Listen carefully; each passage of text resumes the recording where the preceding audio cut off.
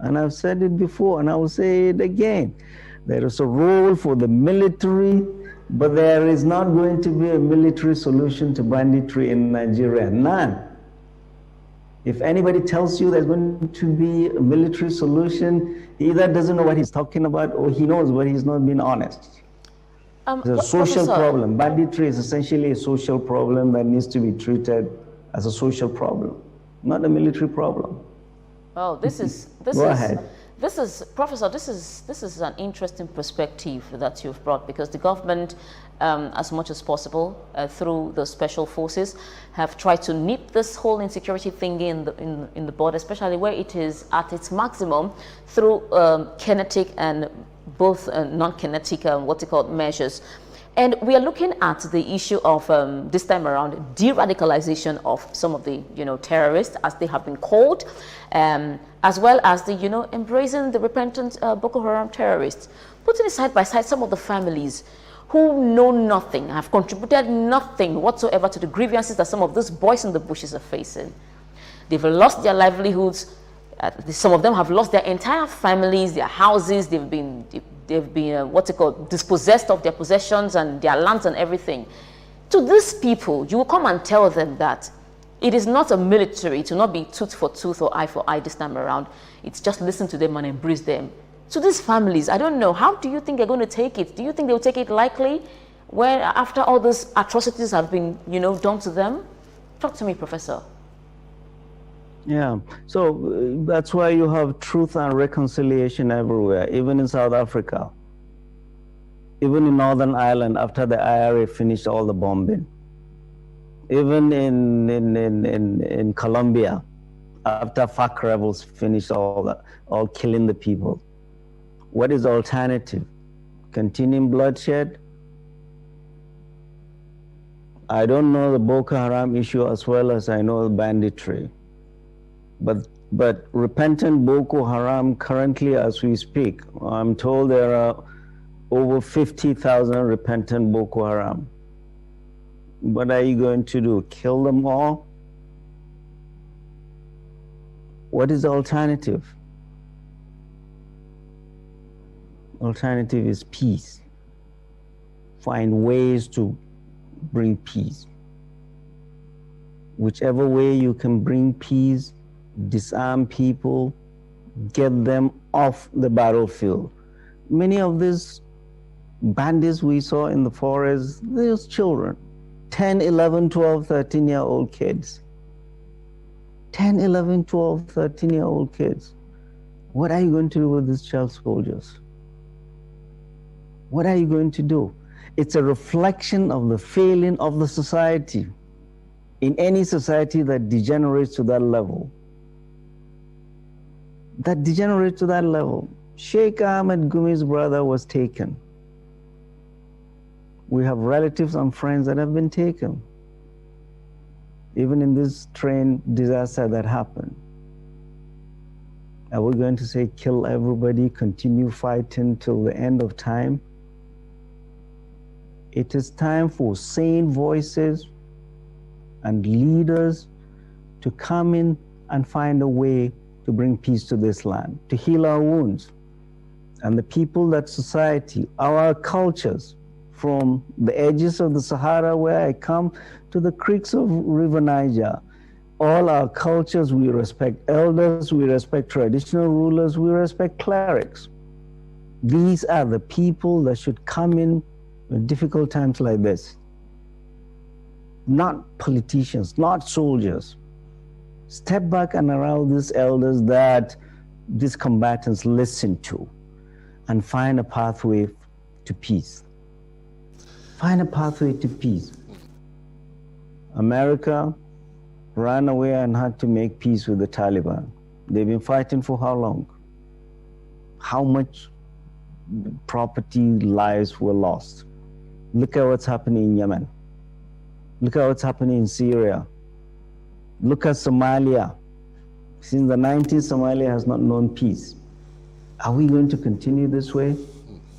Sane elders must come in and all get involved and find a way to stop this bloodshed in our land. On our side of the country, We are putting our lives at risk. We are going to all the forests. We are talking to combatants. We are talking to victims. We are talking to politicians. We are talking to clerics. We are talking to traditional rulers. Only us can solve our problems. We do not expect anybody from any other place to solve our problems. Yes, Prof. Community leaders in all geopolitical zones need to get involved. Prof. And that's why we did. Yes. So, Prof, what do you make of the talks about the fact that these boys in the forest are being sponsored?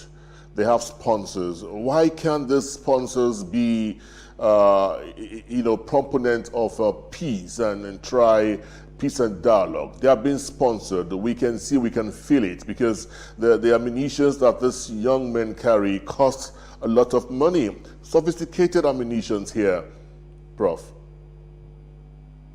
So when you say sponsored by whom?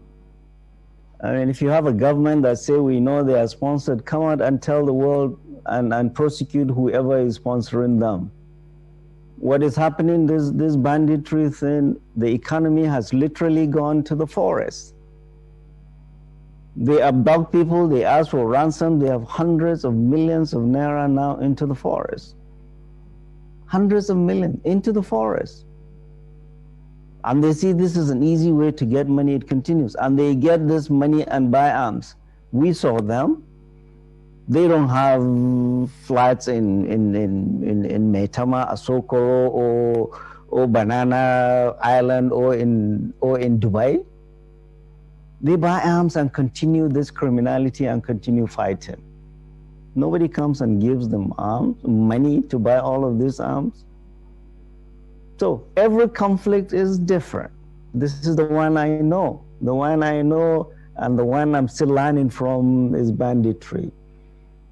Zamfara State, that is where, a state that is near and dear to me, that's where I spent my formative years in secondary school. Is now the center, the nidus of this conflict. Over 70% of bandits in this country are from Zamfara State. So if we do not ask the difficult question, why? What happened? How did we get here? And we keep throwing bombs, we'll never solve this problem. The first and most important thing is to understand why we are where we are. What we found out was that all the problems are local and the solutions are local. Big plans from Abuja have never worked and will never work. You listen to people and address the issues locally.